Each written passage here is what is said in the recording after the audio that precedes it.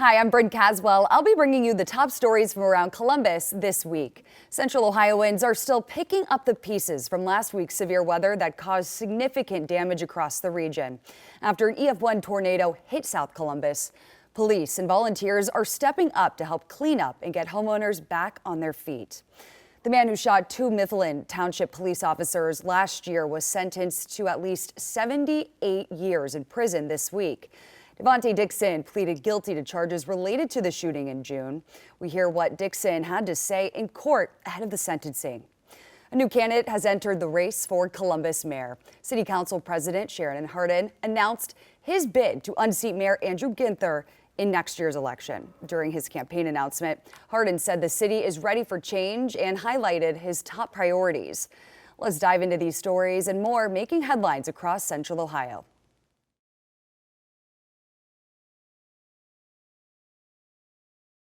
Piece by piece, biting away at the elephant. Bill Warner's plans to retire in Florida have now been set back by Mother Nature. I was ready to cry. Did all the work on the inside. I've got my house up for sale. Anybody want to buy a house? $269, great house. But now I've kind of got sidelined for a while.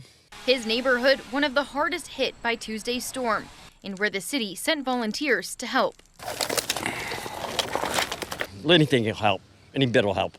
Deputy Chief Tim Myers and a team from Columbus Police were some of the dozens of volunteers responding to the city's call for help. Our Forensic Services Bureau, our crime lab, is actually just down the street, and so they got to experience the storm when it happened, and they were very anxious to coordinate something. So thankfully the Department of Neighborhoods had this going, and so we wanted to come over and help out.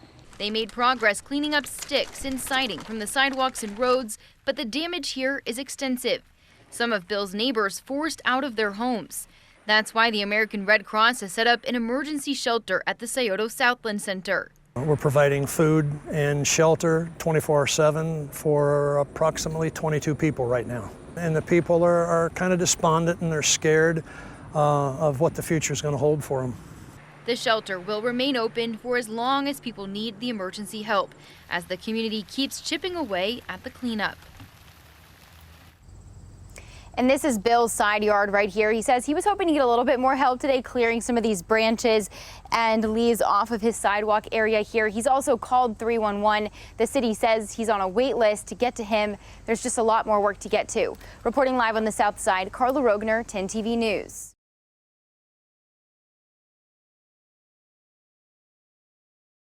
Right now, a flock camera is missing from the pole behind me on East Main Street in the village of Hebron.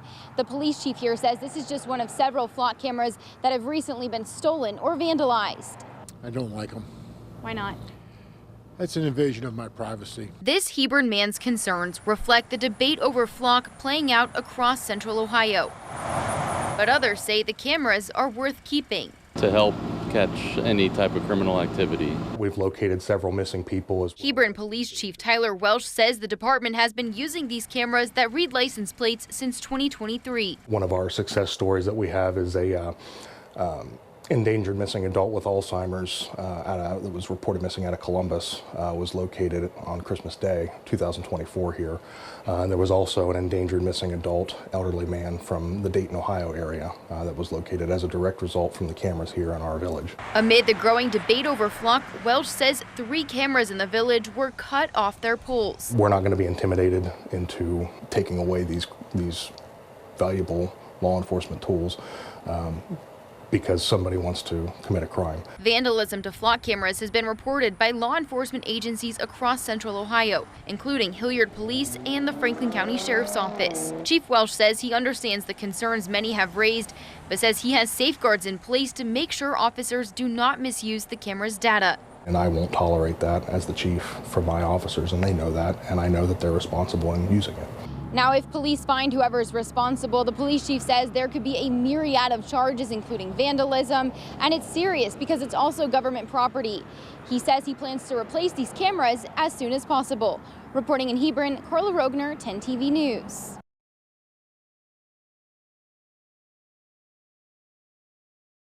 This surveillance video shows the moments after 2 Mifflin Township police officers pulled over a car last May with Devontae Dixon in the passenger seat.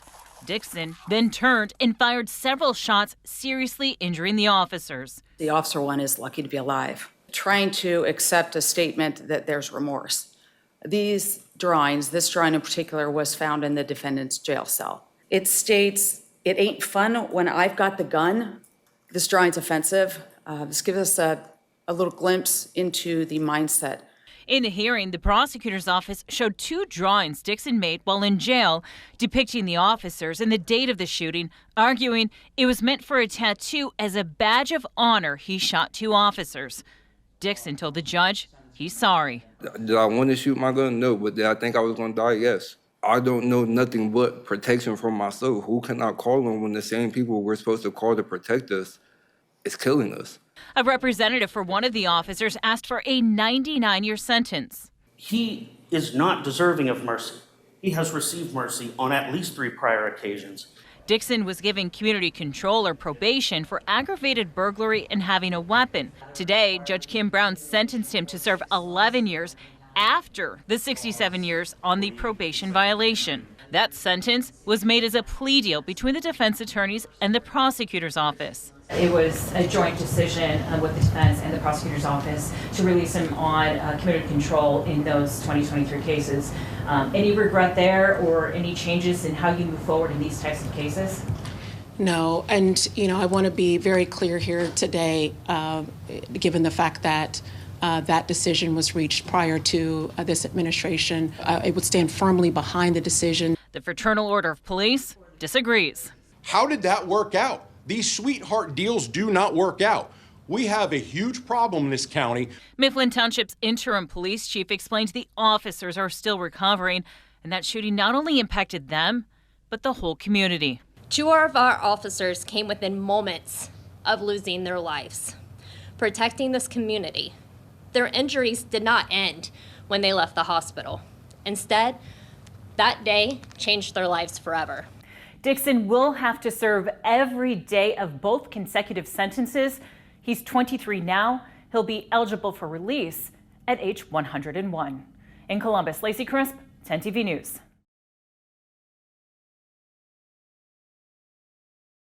His run actually signals the first time that another city leader of the same party has challenged Mayor Andrew Ginther for that job. Hardin has been on city council since 2014, and he's been council president since 2018. He said earlier today that the city is ready for change, and if elected, he said his administration will prioritize transparency. I won't be afraid to call out those in power when I believe they are wrong, including those in my own party, and I expect to be held to that same standard. I will lay out bold ideas and try to earn your support with persuasion, not intimidation. When we fall short, we will admit it, learn from it, and get back to work. As mayor, he said that his top priorities would be to increase access to education, invest in childcare, and keep schools open. He also said that he wants to address homelessness, youth violence, and the need for more affordable housing.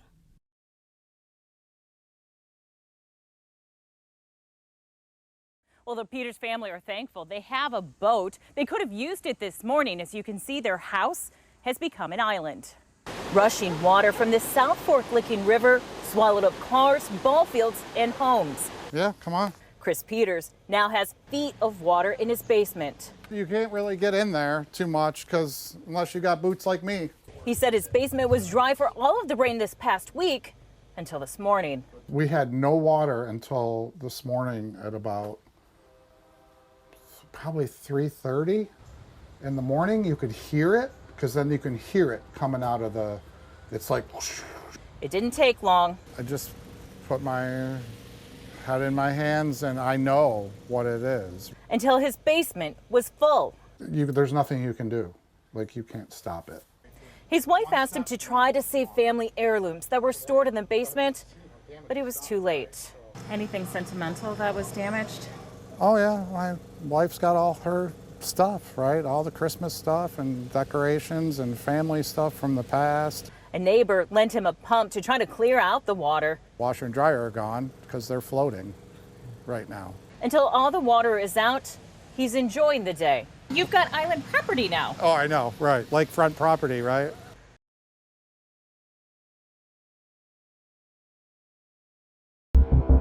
Once I seen the smoke, I was like, I'm gonna die. I'm gonna die. A drive to work during last Tuesday's severe thunderstorms nearly cost Angelique Turner her life. And I'm like, no, I gotta get out of here. I got my daughter, I got my partner, I gotta get out of here. An ODOT traffic camera captured the exact moment it happened. Strong winds flipping Turner's car on I-71 near Reber Road. Seconds earlier, she'd been talking to her partner, describing just how hard the rain was falling. She said, I'm pulling over, and then all of a sudden, it was like, boom, boom, boom, boom. The last thing I heard before her phone hung up, because it hung up right after she started screaming, baby, help me. The last thing I heard was her OnStar come on. Without warning, a powerful gust of wind lifted her car off the road and flipped it upside down. All of a sudden, I felt the big whoosh, and everything was gray, and I just kept hearing myself hit the road. Once I finally stopped, I was upside down, hanging by my seatbelt. The car landed on its roof, headlights still on, still flashing. The video of the crash has since gone viral. However, the couple says watching it back has been surreal. I'm still processing again that it was me in that video. It was me in that vehicle. It was me. Even without watching the footage, Turner says the moment already replays in her mind on its own. It's like a replay in my head consistently. That's the hard part. I wish it was something I could kind of forget about, but my brain will not allow me. I didn't know if she was dead or alive until she called me back. So a good 10 minutes, I didn't know. She walked away banged up, but grateful to be alive and thankful for the strangers who stopped to help, especially the man who pulled her from the wreckage. The man in the white truck, I believe he had a green shirt on and some jeans, if I'm correct. I did want to thank him so much. Like, you were heaven sent, definitely an angel, and I appreciate you for helping me. Like, you saved my life. I appreciate it.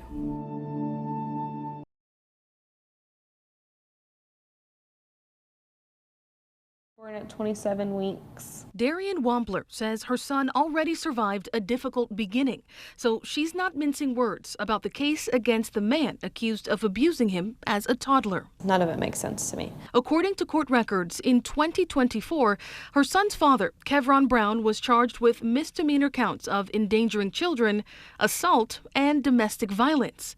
He's accused of injuring their toddler son while watching him in April of that year. At the time, Wampler had been in the hospital for about a week. She was eventually released and says when she picked up her son and later gave him a bath, she found this. Darius goes to take a bath. I go to take all of his clothes off, and from head to toe, it's bruises, knots, cuts. Wampler says she took these pictures and then texted Brown for an explanation. When he responded, he said the dog jumped down on him and that he was playing with his other cousins who were 4 and 5 years old. You didn't believe that? No. She then took her son to the hospital. Brown was charged and a warrant was issued 3 months after that alleged assault. But it would be almost 2 years before he was arrested in April of 2026. We didn't get to live a normal life for the last 2 years. Our lives have been nothing close to normal for the last 2 years. He's had nothing to worry about, though. Nothing. 10 TV reached out to Columbus police to ask why it took so long to arrest Brown. And in a statement, a spokesperson said they were, quote, unable to locate him, end quote. We also asked what steps officers took to find Brown during that time, and we're still waiting to hear back. Who should be held accountable for this, like how we ended up here? It almost goes hand in hand with both, I guess, like CPD and like the court system in a way. Wampler says Brown's arrest came with another shock. He was accused of harming a second unrelated child the day before police picked him up. A grand jury later indicted him on felony charges of domestic violence, endangering children, and felonious assault. The warrant in that case alleges that he punched and stomped on that child and poured hot sauce in their eyes and mouth. Brown has pleaded not guilty in both cases. Do you feel like this second child was failed? Oh, yeah. Because they didn't arrest him sooner? Oh, yeah. The case involving Wampler's son is set to go to trial in September. Any hopes for the outcome of that trial? Max sentence. We're hoping for felony charges, but those were already denied for not enough evidence. We asked Columbus police for an interview, but they did not agree to one. I also contacted Brown's lawyer for a comment, and I'm still waiting to hear back. In the studio, Rochelle Aline, 10 TV News.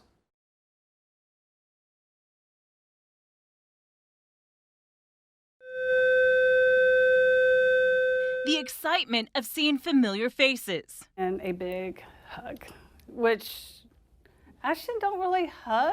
He kind of just does that thing, but I walked in and he had open arms. Chrissy Berry says every year a student or two stand out, but for the past 4 years, Ashton Amick has been that kid.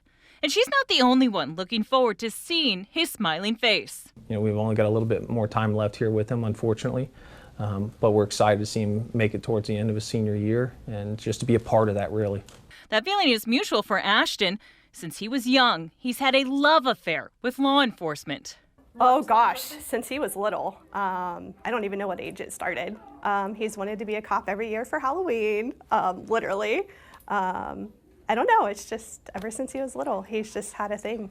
He has a collection of police patches and has made school resource officers Joe Hughes and Marcus Petty his best friends. We got close real quick, and we spend a lot of time together. After he eats his lunch, like today, he came to my office, I ate my lunch, where we hung out, talked, gave him a new ticket book. He was using sticky notes. He wrote a ticket for one of the assistant principals. While Ashton was busy handing out speeding tickets to principals, the officers decided it was their turn to give Ashton a gift to start his final year of high school. What's up, dude? Hi, buddy. Look, How are you? Come on over here. See you, your first day of your senior year. Hey, look what we got for you. Me and Officer Petty wanted to make sure that you got a couple of our Grove City patches, just like on our shirt here. This one right he has? It's just like it, huh? Same one. The SROs say other students see how connected Ashton is with them and says it has a ripple effect. I think they just see how easy it is for him to connect with us, and it makes it easier for them to approach us. These guys are his best friend. They are his buddies. He looks up to them so much. Their passion for Ashton with just loving the cops and everything police. With his patches, Ashton continued his police work for the day to check and make sure the cruiser was working. Remember how to turn the lights on? Yep, turn them all the way on. Now he's off to give out more tickets. Hey, when I get a ticket speeding. In Grove City, Lacey Crisp. Sounds good. Thanks for your help today. 10 TV News. Yes. That's a wrap on this week's edition of Around Columbus, your look at the stories shaping Central Ohio.